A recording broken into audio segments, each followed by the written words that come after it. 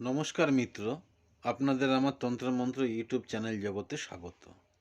তো মিত্র, আজকে আমি আলোচনা করব রাশিচক্রের ষষ্ঠ ভাব নিয়ে বা সিক্সথ হাউস নিয়ে। এই রাশিচক্রের ষষ্ঠ ভাব থেকে আমরা কি কি বিচার করব বা এই ষষ্ঠ ভাবের বিচার্য বিষয় কি কি।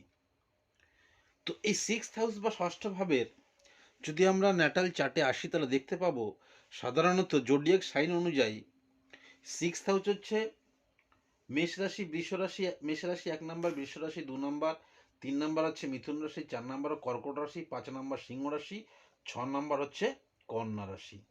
সিক্স হাউস হচ্ছে কন্যা রাশি। ন্যাটাল জোডিয়াক সাইন অনুযায়ী সিক্স হাউস হচ্ছে কন্যা রাশি। এই সিক্স হাউস থেকে আমরা কি কি বিচার করব? সিক্স হাউস থেকে আমরা বিচার করব, আমাদেরকে সিক্স হাউসের যে সমস্ত বিষয়গুলি আমরা আলোচনা করব, সেই জিনিসগুলো হচ্ছে বা সেই বিষয়গুলো হচ্ছে, 1 নাম্বার হচ্ছে প্রতিযোগিতা। 1 নাম্বার হচ্ছে প্রতিযোগিতা,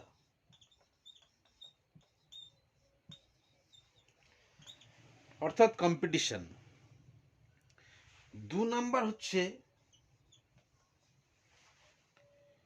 আমরা 1 নাম্বার কি বললাম, কম্পিটিশন বা প্রতিযোগিতা বললাম। 2 নাম্বার হচ্ছে শত্রু, অর্থাৎ অর্থাৎ সেই জাতক বা জাতিকার শত্রু জায়গাটা কেমন আছে বা শত্রু কেমন আছে। 3 নাম্বার হচ্ছে রোগ, অর্থাৎ জাতক বা জাতিকার এই ষষ্ঠ ভাব থেকে আমরা রোগের বিচার করি, অর্থাৎ সে কি কি রোগে ভুগতে পারে, কোন কোন রোগ তার হতে পারে, আদৌ তার রোগ ধরা পড়বে কিনা, সমস্ত কিন্তু কিছু আমরা ষষ্ঠ ভাব থেকে বিচার করি। তাহলে 1 নাম্বার প্রতিযোগিতা, 2 নাম্বার শত্রু, 3 নাম্বার হচ্ছে রোগ, 4 নাম্বার হচ্ছে ঋণ।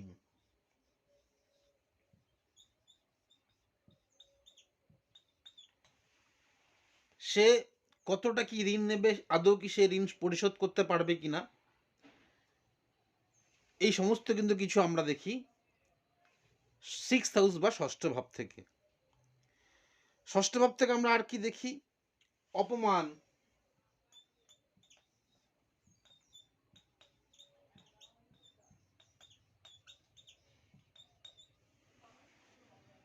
ষষ্ঠ ভাব থেকে আমরা কি দেখি, অপমান দেখি। তো মূলত আমরা এই কটি দেখি, আরো এর ষষ্ঠ ভাব থেকে আরো বিচার্য বিষয় আছে,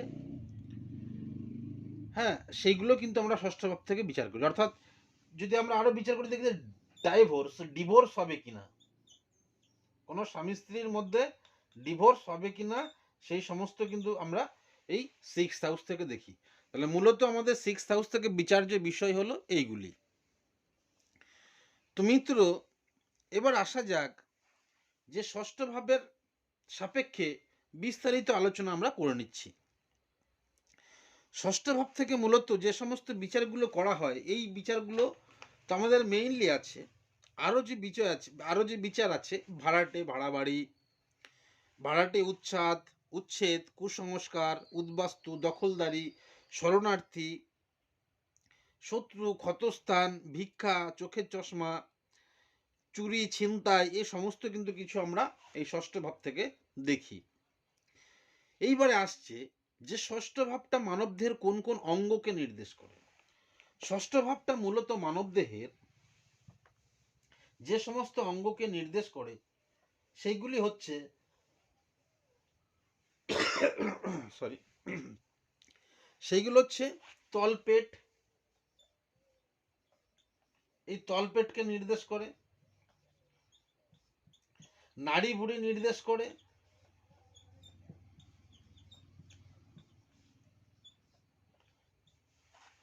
নাড়ি ভুঁড়ি নির্দেশ করে, নাভির, যে আমাদের নাভি আছে, নাভির তলদেশটাকে নির্দেশ করে এবং হজম শক্তি নির্দেশ করে। নাভির তলদেশ এবং হজম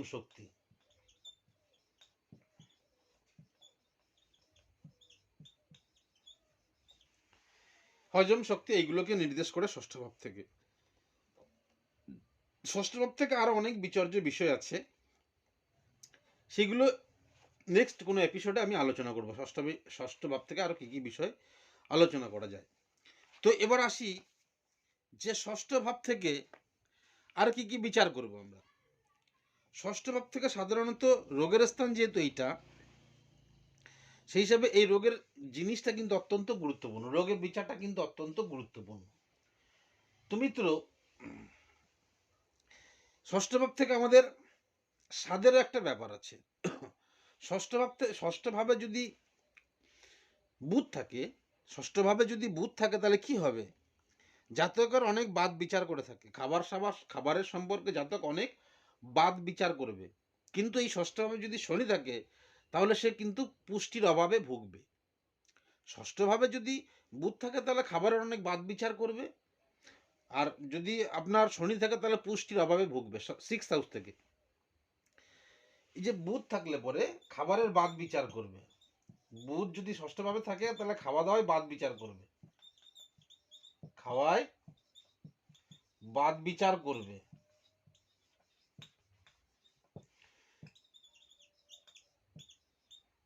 শনি থাকলে পরে পুষ্টির অভাব ভুগবে।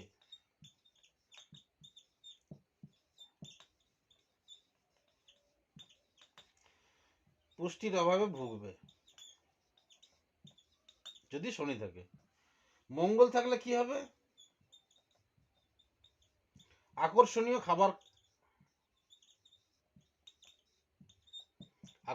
খাবারের যোগ থাকবে।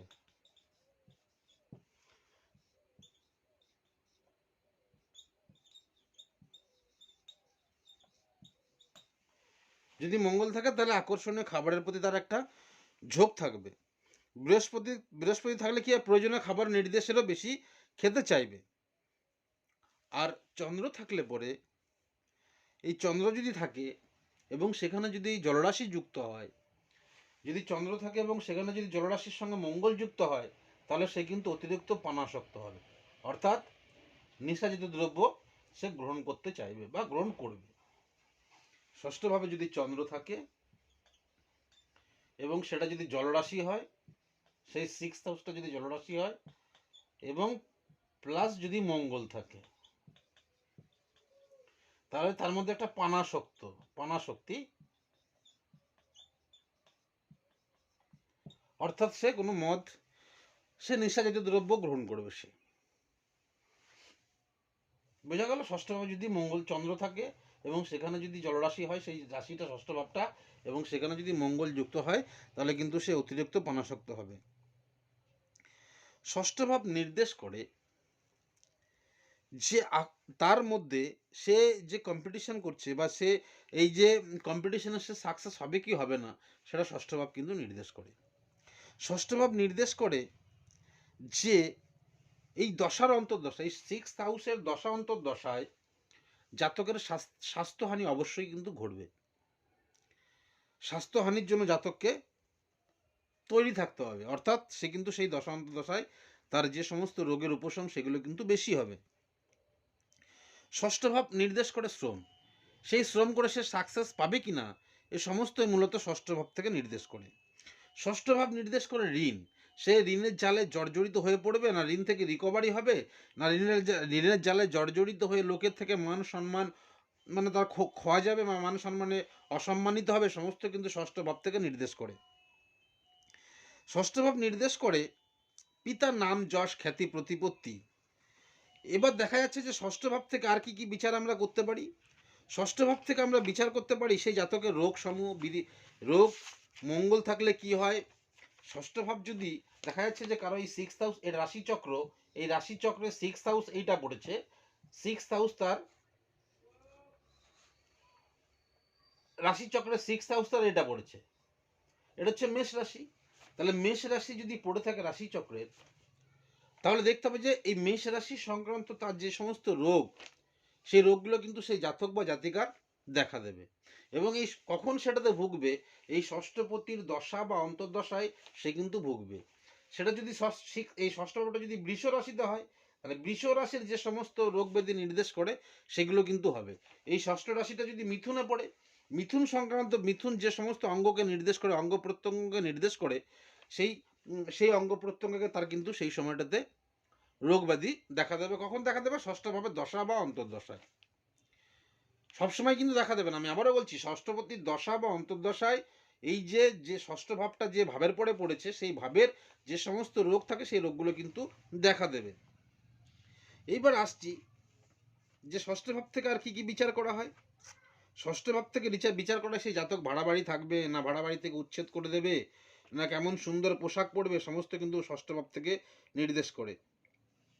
ষষ্ঠ ভাব থেকে নির্দেশ করে তার কেমন রোগ হবে, কোন রোগ হবে, নার্ভের রোগ হবে, না কিডনির রোগ হবে, না হার্টের অসুখ হবে, এগুলো নির্দেশ করে। ষষ্ঠ ভাব থেকে নির্দেশ করে মামলা মোকদ্দমা, সে মামলা মোকদ্দমা জয়ী হবে না হবে না, এ সমস্ত কিন্তু ষষ্ঠ ভাব থেকে নির্দেশ করে। তো মিত্র, আপনাদের যদি আমার এই চ্যানেলটি ভালো লেগে থাকে তাহলে আপনারা অবশ্যই চ্যানেলটিকে সাবস্ক্রাইব করবেন এবং লাইক করবেন ও পরবর্তী ভিডিওগুলো দেখার জন্য অবশ্যই বেল আইকনটি ক্লিক করবেন। আজ এই পর্যন্ত। নমস্কার।